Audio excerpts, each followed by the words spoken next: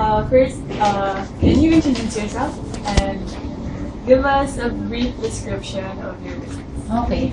I'm Babette Lati. I'm the owner, in-house creative director of Station C Events Management. So we do a lot of corporate events, and we also do video productions, in audiovisual presentations for private and government clients.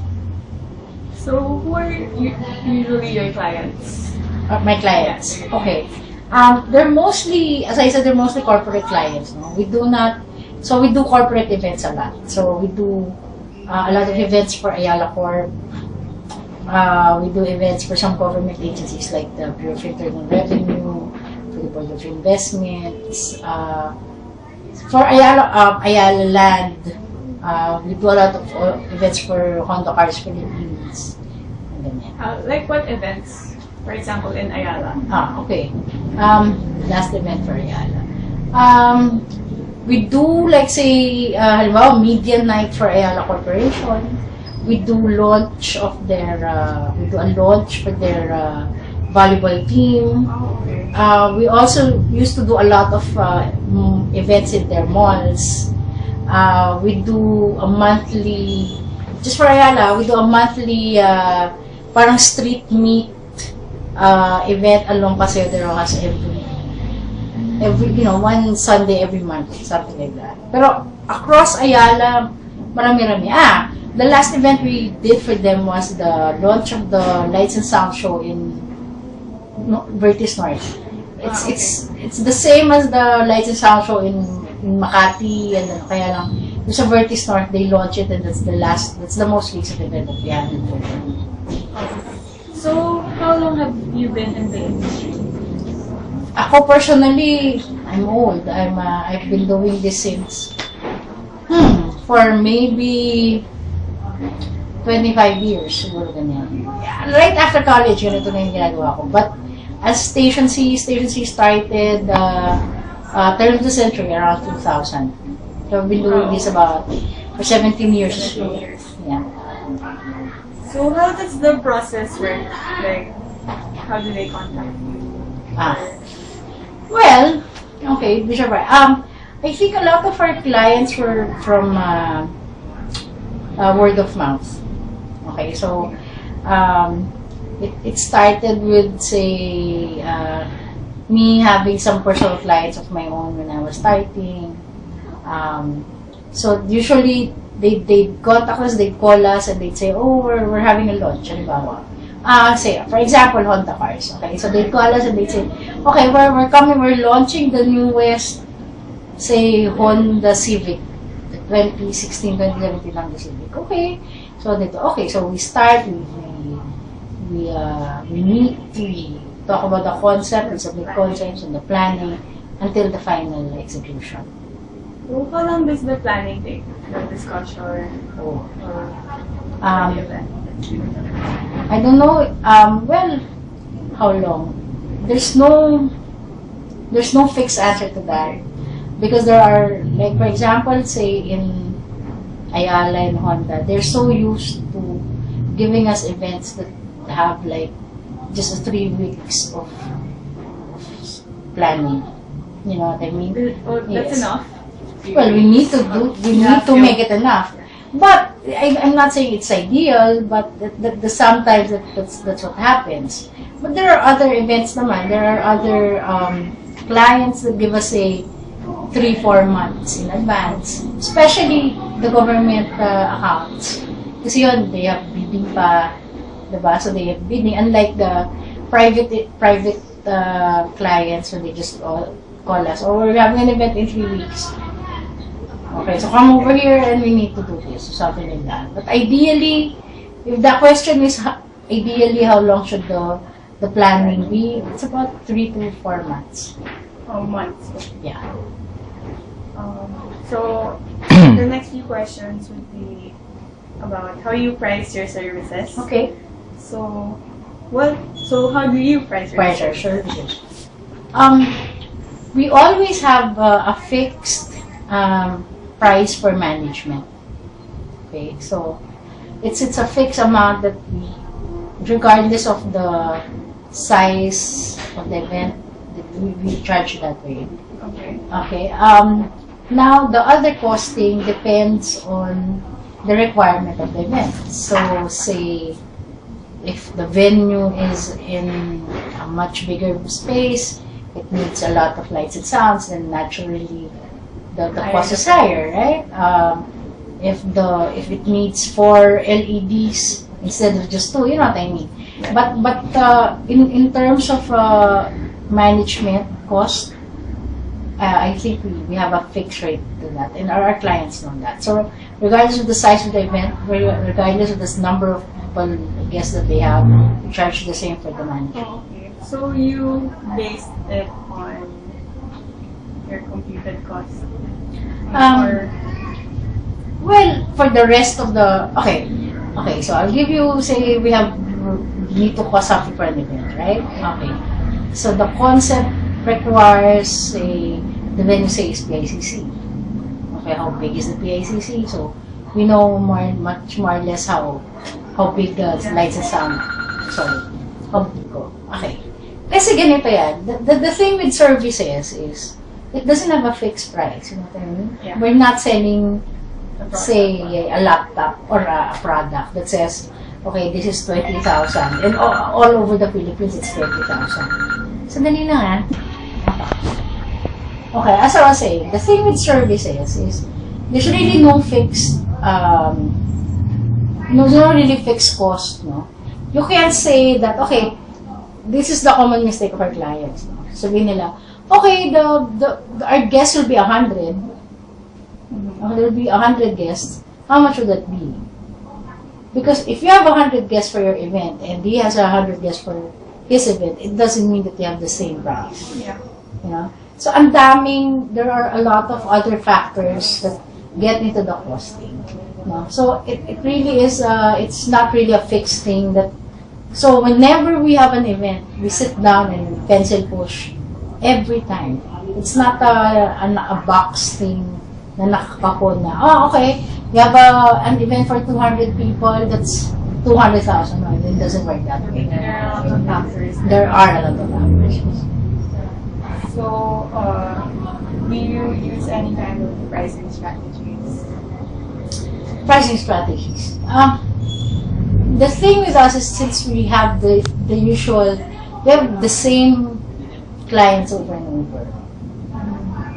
They basically know how much we charge for our services, at least. But since again, because of that, because we have the same clients over and over again, you'd always hear them, oh, package price na, oh, this is a suki price na, total naman, we always get it, di ba? So, minsan may ganon. Pero, as I said again, it depends on the requirements, it depends on kung gaano kahirap yung event. Okay. So, for your services, basically, who is your target market? It's not a target market, it's just that we probably lined up. Since our clients are, if you can notice, are medyo high-end. It's Ayala ko, it's Honda cars, really. So, we don't usually like market to other companies that are, either directly competing with our clients. Kasi siguro dahil nalinya na rin kami doon, I don't know. I don't see we don't get any inquiries from Yabang. We don't get any inquiries from other, less, we don't get inquiries from social events tawag na mga weddings, and we don't do that. We don't do weddings, we don't do debut. We do that only for really good friends. Family. And if there's a client or two which we can say no to. Say, oh, my daughter is having her 80s, tulungan mo naman. So, pero long time client yan. Okay, so let's do that. So, we're really into corporate accounts then. Okay. So how do you measure customer satisfaction? Repeat business. That's just that's the only way we can really measure that. You know what? You're only as good as your last event. You're only as good as your last event. If your last event bombs, you think they'd hire you again? I don't think so. Would you hire somebody again? No. Exactly, right? So I guess the proof that we're giving them a good service is that they keep on getting us over and over. So say, Honda have been doing it for the last 10, 12 years. Ayala have been doing it for the last 7, 8 years. BIR, the same thing. So, nagpalit ng commissioner ng BIR. We still do the BIR then. So, the next following questions about your employees. Okay. So, how do you treat them? Like, do you have reward systems? Okay. We do. Since the nature of our work, it requires long hours. We're not really into the 8 to 5 thing because, well, most events are at night. Right. Or if the event is in the morning, it means we need to set up the entire night. So our employees receive a monthly compensation plus we call it talent fees. Talent fees is on a project basis. No? So every time there's an event, they get extra for that. Every event. And I believe other things that, as I said, we're not very strict on the time. If you can do that, if you want to come in at 10, you want to come in at 11, it doesn't matter for as long as you do the job. So, next would be about promotion. How do you usually advertise your services? Or do you you know what? We never advertised our services. It's just, sa tagal namin, 17 years, yes. Our website was just, I don't know, created this year? Just because we didn't do, there was nothing much we were doing, and I told the staff, walang tayong ginagawa, why don't we? So, as I was saying, 17, 18 years, the website was just up this year. And only because we didn't have too much to do during that time, and we just thought, why don't we? And even then, today, I don't think it's being updated. I haven't had a calling card for years. Because your name is already No, established? not necessarily. Because, maybe because we have the same clients through the years. And what happens is, okay, ganito yan, tingnan mo. For example, for Ayala. We started with Ayala Malls. And the Ayala Mall person transferred to Ayala Land. When she transferred, she got us.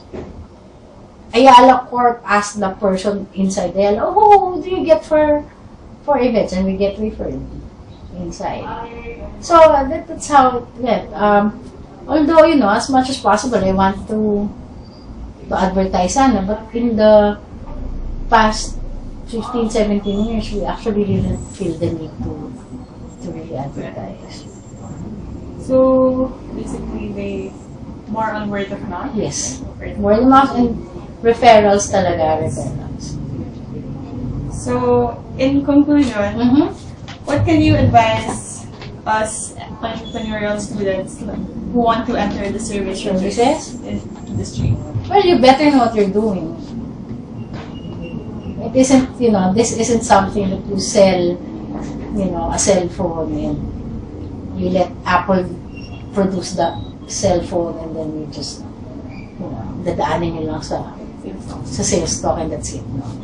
Services business is you really should be the ones doing it. You know what I mean? Yeah. Okay, so we own this. I'm also the director. My partner is also the, multitasking. We always take pride in saying that, who you talk to are the same people you'd see during the events. You won't be talking to anyone else. It's us, it's me. So if you talk to me about the concept, I'd be the one to implement that during event day. So So for services, you should be prepared to, you saw downstairs, may soft drinks, diba? You should be ready to do the work yourselves. And for you to do that, you have to know what you're doing. So that's the feeling ko, yun ang main thing. Okay. Basta. Thank you po. Thank you.